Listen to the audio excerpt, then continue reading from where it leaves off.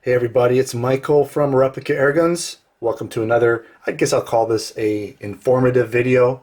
Today we're talking about when is an airgun better than a real gun?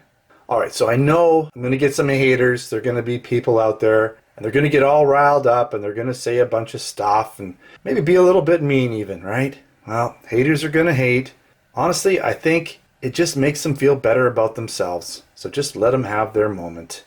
If they get a little unruly, I'll just have to delete the comment, potentially block them from the channel. That's just the way it is here on YouTube. Now, I'm not saying that a real gun isn't as good as an air gun. In fact, real guns are better in many ways. In this video, I'm just pointing out how an air gun, in some cases, can actually be better suited than a real gun. Alright, first on my list is availability. Now what I mean by this is that in many countries, real guns can be very hard to acquire and often require safety courses and applications before one can purchase a real gun. I have no problem with this type of regulation, but it is a reality that must be considered when buying a gun. I'm sure you would agree that having an air gun versus not having a gun at all makes it a better option for people that live in countries that have strict gun laws.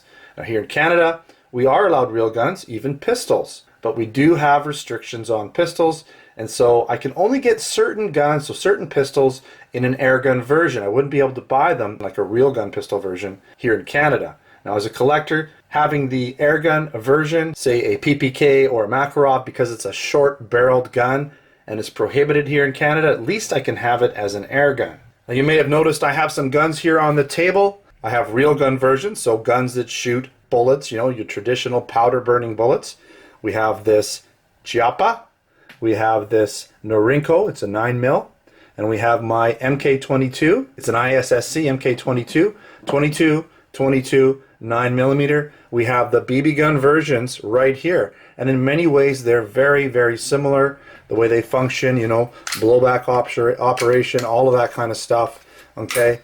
Even full-size dropout metal magazines in some cases. So like here's the ISSC magazine.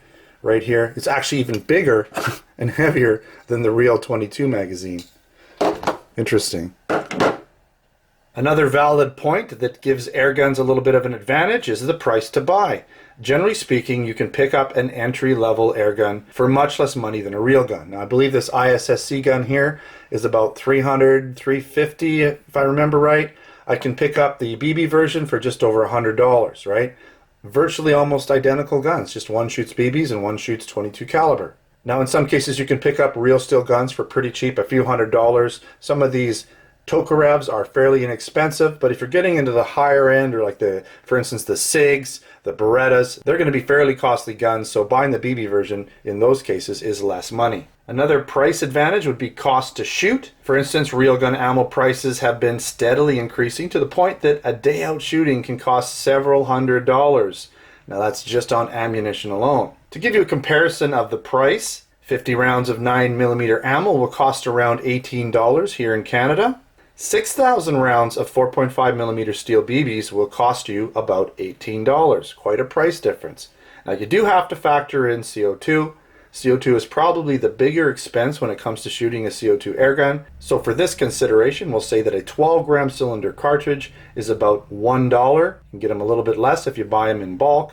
And they'll yield anywhere from 75 to 100 shots per CO2. Some guns will get even more, some guns will get even less. Now to shoot 100 rounds of 9mm ammunition will cost you close to $40, just a hair under, versus 100 shots of 4.5mm steel BBs will cost you just over $1. So we're 1/40th of the price. Now for this reason alone, an airgun can make a lot of sense even for real gun owners looking to get more cost-effective practice time in, so trigger time.